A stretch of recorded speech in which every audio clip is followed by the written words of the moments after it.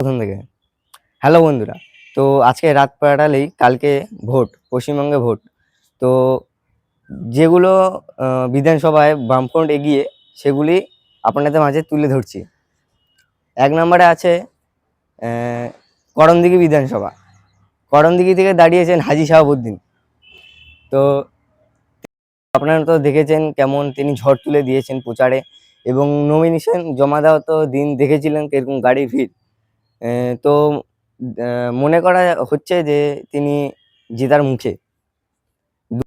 পরবর্তীতে আসছে খড়গ্রাম বিধানসভা, সেখান থেকে দাঁড়িয়েছে ধ্রুবজ্যোতি সাহা। তো তিনি মানুষের আশেপাশে সুখ দুঃখে থাকেন, তো মনে করা হচ্ছে যে তিনি জেতার মুখে। নম্বর বিধানসভায় আসছে ডোমকল। ডোমকল থেকে দাঁড়িয়েছে মুস্তাফিজুর রানা। তো আপনারা তো দেখেছেন কিভাবে দিনে দিনে লোক, পরিবার সে বামফ্রন্টে যোগদান হচ্ছে। হ্যাঁ, আর হচ্ছে তৃণমূলের পার্টি অফিস বামফ্রন্টটা দখল করে নিয়েছে, আপনারা তো দেখেছেন। তো সেখান থেকে তিনি জিততে পারেন বলে মনে করা হচ্ছে। পরে আসছে জলঙ্গি।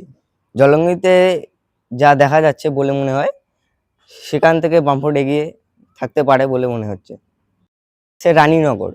রানীনগরে লোকসভা ভোটে বামফ্রন্ট ভালো ফল করেছিল, এবং মনে হচ্ছে যে বিধানসভাতেও ভালো ফল করবে।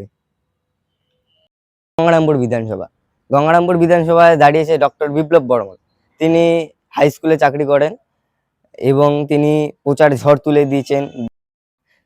সিপিএম যেগুলিতে ভালো ফাইট দিবে বলে মনে হয় সেগুলি হচ্ছে ভগবানগোলা, নওদা, সুতি, এগুলি।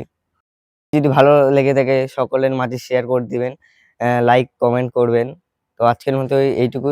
দেখা হচ্ছে নেক্সট কোনো ভিডিওতে।